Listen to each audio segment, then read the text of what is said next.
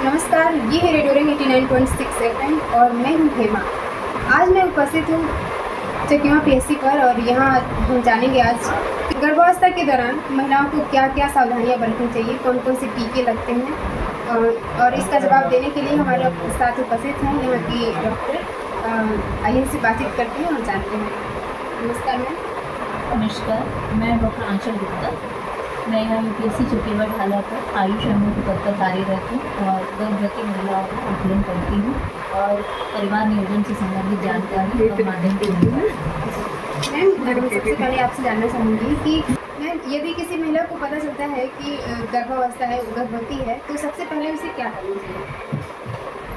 अगर कोई महिला यहाँ पर आती है हमारे पास, उसका मासिक तला होता है, तो वो आकर बताती है कि अगर वो जांच प्रक्रिया पूरा करके आती है कि वो गर्भवती है, तो अगर उसको थोड़ा सा अंदेशा रहता है कि कोई संदेह रहता है, तो हम यहाँ पर दोबारा से जांच करवाते हैं, पुष्टि करते हैं कि सही में वो गर्भवती है कि नहीं, और अगर वो पुष्टि देती है तो फिर हम आगे की जाँच की तरफ बढ़ते हैं। गर्भवती महिलाओं का शुरुआत करने से पहले सबसे पहले उनका हम पुराना हिस्ट्री, इतिहास सब कुछ लिया जाता है। मान लिया कुछ लोग जिसका पहला बच्चा है कि दूसरा बच्चा है, या फिर पहली प्रेगनेंसी में उसकी कोई कॉम्प्लिकेशन रही है, या फिर उसकी कोई हिस्ट्री ख़राब रही है, या 2-3 बच्चे नुकसान होने के बाद वो आज आई है हमारे पास इसके लिए कि ये बच्चा उसका नुकसान ना हो, इसके लिए आई है। तो इस तरह की बहुत सारी चीज़ें हैं जो जिनसे शुरुआत की जाती है।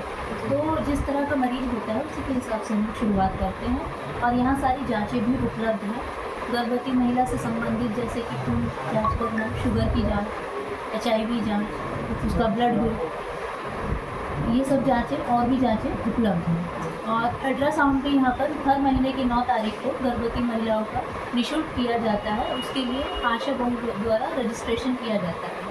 हर महीने की 8 तारीख को जो उन लोगों की मरीज के आसपास की आशा बहु होती हैं वो रजिस्ट्रेशन करवाती हैं और फिर हर महीने की 9 तारीख को निःशुल्क अल्ट्रासाउंड होता है। तो उसके हिसाब से हम मरीज को सारी जानकारी देते हैं और उसको यहाँ पर जो भी माध्यम है उसके लिए सब बताते हैं।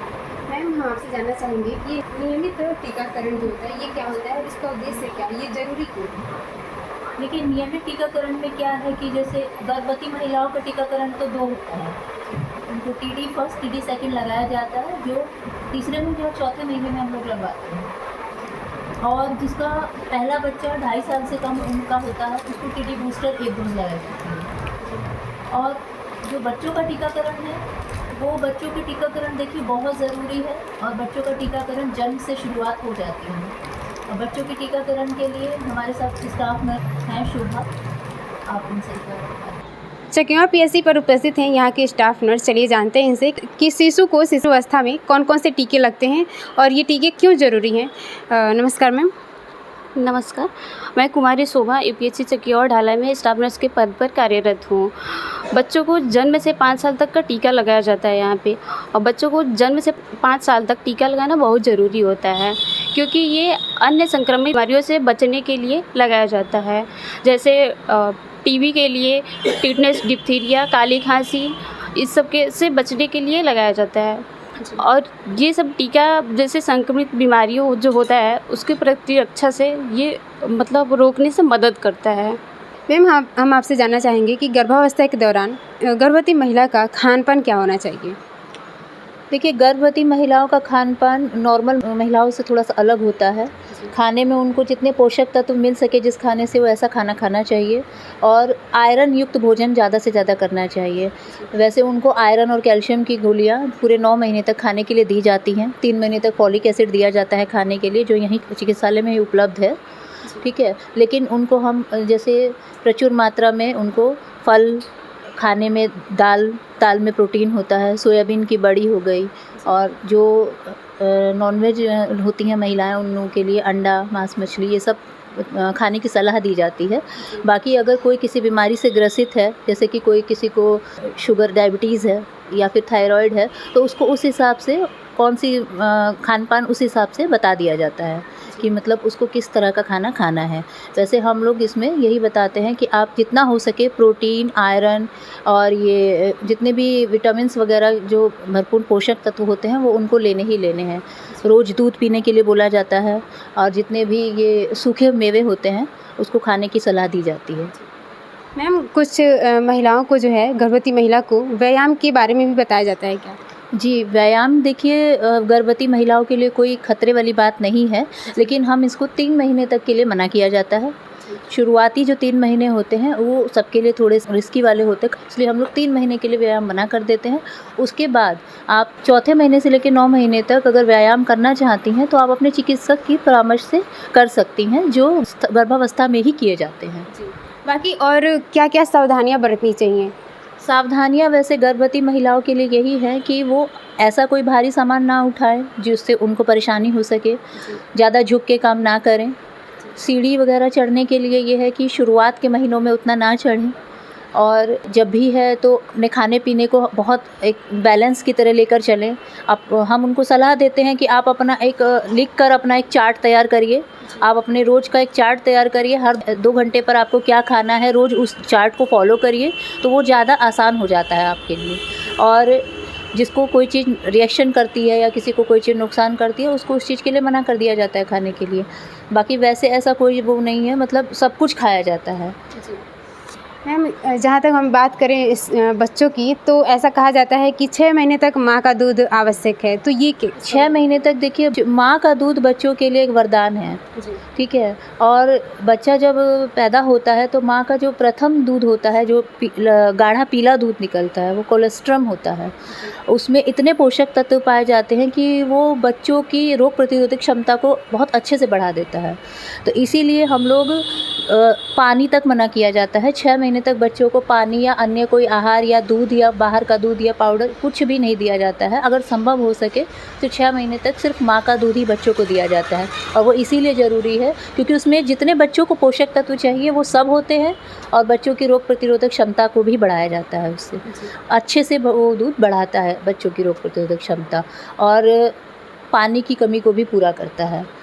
तो इसीलिए 6 महीने तक तो सलाह दी ही जाती है कि मतलब सिर्फ माँ के दूध पर ही बच्चे को रखा जाए, और 6 महीने के बाद आप धीरे धीरे आर्टिफिशियल फूड की तरफ आ सकते हैं। जैसे कि धीरे धीरे आप एक एक चीज़ शुरुआत कर सकते हैं, दाल का पानी शुरू कर सकते हैं।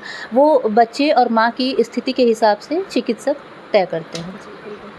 मैम बहुत ही अच्छी जानकारी दी आपने, और लास्ट में एक और क्वेश्चन हम जानना चाहेंगे कि ये परिवार नियोजन क्या है, फैमिली प्लानिंग क्या है, और ये क्यों ज़रूरी है? देखिए, परिवार नियोजन भी आज के समय में बहुत ज़रूरी है। जैसे क्या होता है कि जो शिक्षित लोग हैं थोड़ा वो तो इस चीज़ के लिए अवेयर है, ऐसा नहीं है। वो लोग अपने बच्चों में थोड़ा गैप करते हैं, 3 से 4 साल का अंतर होना चाहिए बच्चों में।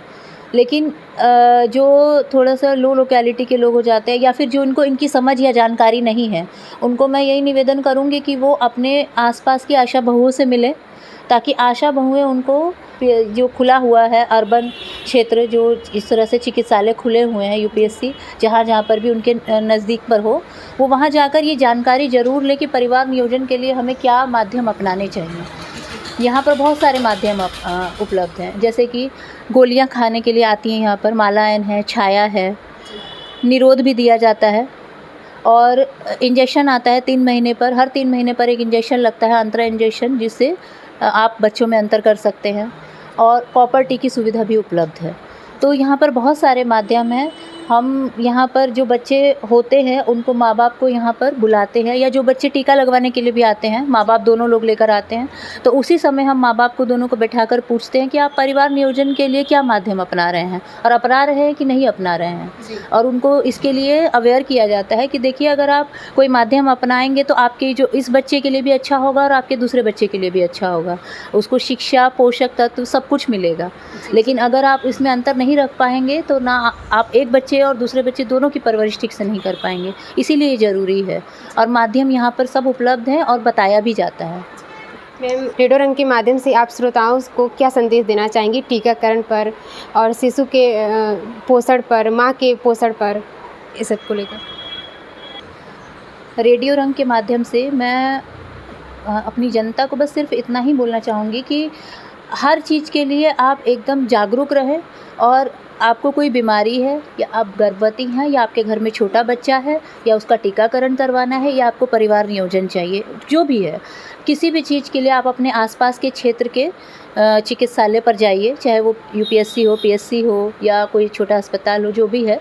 आप सरकार ने बहुत सारी सुविधाएं दे रखी हैं, वहाँ पर आप जाइए और वहाँ से जो भी जानकारी आपको मिलती है वो आप अपनाइए, और वहाँ नहीं मिलेगी तो वो आपको जहाँ भेजते हैं आप वहाँ जाइए। लेकिन आप अपने आसपास की जो आशा बहुएं सरकार ने निर्धारित की हुई हैं वो इसी चीज़ के लिए की हुई हैं कि वो आप तक ये माध्यम से जानकारी पहुँचा सकें। तो आप उस जानकारी को लेकर अपने ऊपर अपनाइए और ये बहुत ज़रूरी है। बहुत बहुत धन्यवाद मैम आपका इतनी सारी जानकारी देने के लिए, और ये रेडियो रंग के श्रोताओं को बहुत ही लाभदायक रहेगा।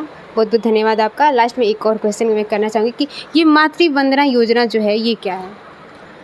मातृ वंदना योजना ये मतलब जो प्रधानमंत्री मोदी जी के द्वारा चलाई हुई एक समझ लीजिए ये है कि गर्भवती महिलाओं को हर तरह की सुविधाएं प्रदान करना, और जिससे कि माँ और बच्चा दोनों हर तरह से हेल्दी रहे, मतलब उनको किसी चीज़ की कोई परेशानी ना हो, कोई कॉम्प्लिकेशन ना हो। इसीलिए ये योजना चलाई गई है कि हम हर संभव कोशिश कर सके कि माँ और बच्चा दोनों स्वस्थ हों और उनको कोई भी दिक्कत ना आए, और जो भी किया जा सके।